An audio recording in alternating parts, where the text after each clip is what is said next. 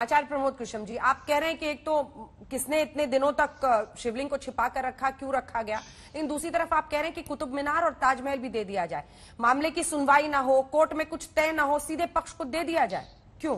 कटाक्ष कर रहे हैं या वाकई भावना आपकी कह रही है? और जो वारिस साहब कह रहे थे उस पर भी आप जवाब देना चाह रहे थे आचार्य जी।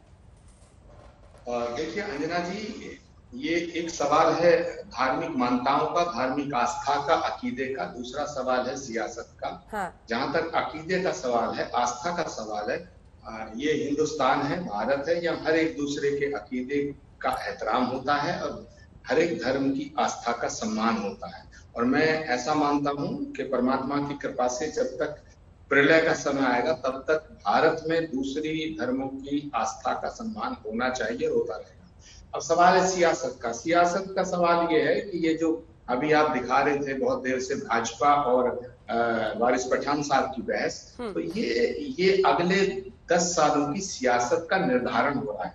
ये निर्धारण इसलिए हो रहा है कि ओवैसी साहब बहुत अच्छे इंसान है, बड़े दानिश्वर इंसान है, वकील हैं, मैं उनका बड़ा एहतराम इज्जत करता हूँ, लेकिन कभी कभी ना उनमें बाबर की रूह घूम जाती है, उनमें तैमूर लंग की आत्मा आ जाती है। अरे भाई, इस्लाम की पहचान बाबर, तैमूर लंग, नादिर शाह और चंगेज खां नहीं है।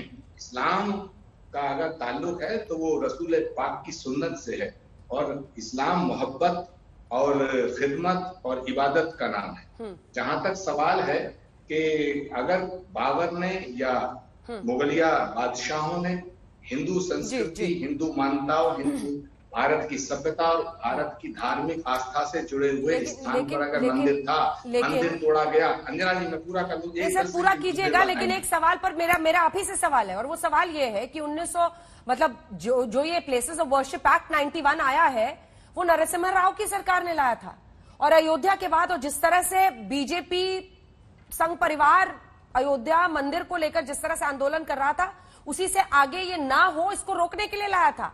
आज वही कांग्रेस चुप है। क्या ये बीजेपी का साइड इफेक्ट नहीं है जिसकी वजह से आज कोई भी ऐसे मुद्दे पर बोलने से डरता है? अंजना जी, आपके यहाँ राष्ट्रीय प्रवक्ता परम विद्वान सुधांशु जी बैठे हैं।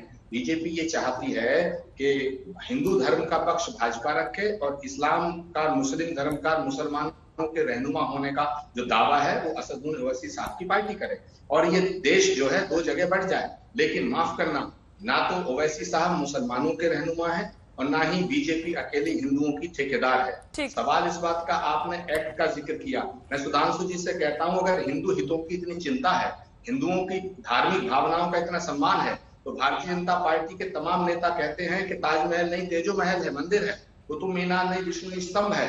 मैं हिंदू जनमानस की धार्मिक भावनाओं का सम्मान करने की अपील करता हूं सुधांशु त्रिवेदी जी से कि भारत सरकार ताजमहल को और कुतुब मीनार को हिंदुओं को सौंपे।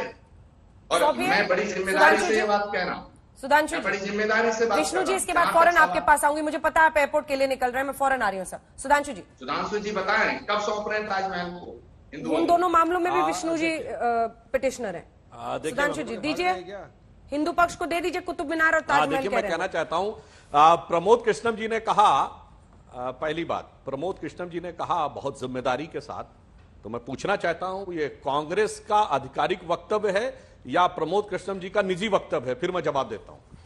आपने जिम्मेदारी से कहा है, तो जिम्मेदारी आप पार्टी की जिम्मेदारी से बोल रहे हैं या निजी जिम्मेदारी से? प्रमोद जी, मैं भारत का एक नागरिक हूं, कल की पीठ का पीठाधीश्वर हूं। मेरा नाम आचार्य प्रमोद कृष्ण है और कांग्रेस में आदरणीय कांग्रेस की महासचिव प्रियंका गांधी का राजनीतिक सलाहकार हूं। और सुनिए, मैं मांग कर रहा हूं, मुझे मांग करने का हक है। कांग्रेस का अधिकृत बयान क्या है? आपके भी कई नेता हैं जो बात कर रहे हैं कि ताजमहल तेजो महल है, कुतुब मीनार है। ये गिरिराज सिंह जी का बयान है, ये विनय कटियार जी का बयान है, साक्षी महाराज जी का बयान है। तो मैं आज आपसे दरख्वास्त करना चाहता हूं, सुधांशु जी, आपसे हाथ जोड़ के प्रार्थना करना चाहता हूं, भारत की सरकार कुतुब मीनार को और ताजमहल को हिंदुओं को कब सौंप रही है, उसका जवाब दीजिएगा। और अगर नहीं सौंप रहे तो क्यों नहीं सौंप रहे, इसका फैसला होना चाहिए।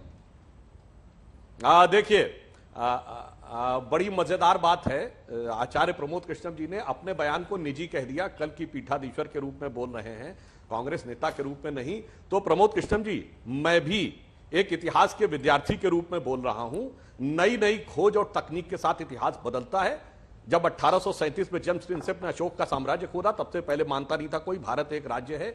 जब इंडस वैली सिविलाइजेशन 1920 में खोजी गई, तब तक कोई नहीं मानता था कि 5000 साल पुराना हमारा इतिहास है। और जब 1986 में सैटेलाइट मैपिंग में सरस्वती नदी दिख गई, उससे पहले सारे वामपंथी बाएं हाथ के इतिहासकार वाले सरस्वती को काल्पनिक बोलते थे। 2003 में रडार मैपिंग की टेक्निक आई, तब वो दिखी कि उसके अंदर राम जन्मभूमि के नीचे वो है। चिंता मत करिए, सारा टेक्नोलॉजी के साथ आने जा रहा है। हम तो ये मानते हैं कि टेक्नोलॉजी के साथ नया स्वरूप आएगा।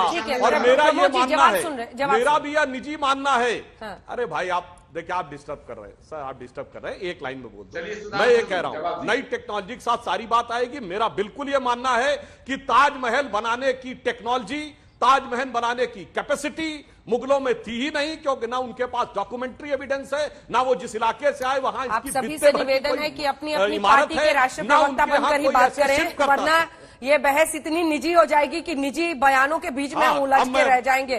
वो तो कह रहे हैं कि वहां कोई हिंदू पक्ष भी नहीं है कुतुब मीनार और ताजमहल में, आप दे दीजिए। वहां तो कोई मुस्लिम पक्ष भी नहीं है, हिंदुओं को दे दीजिए।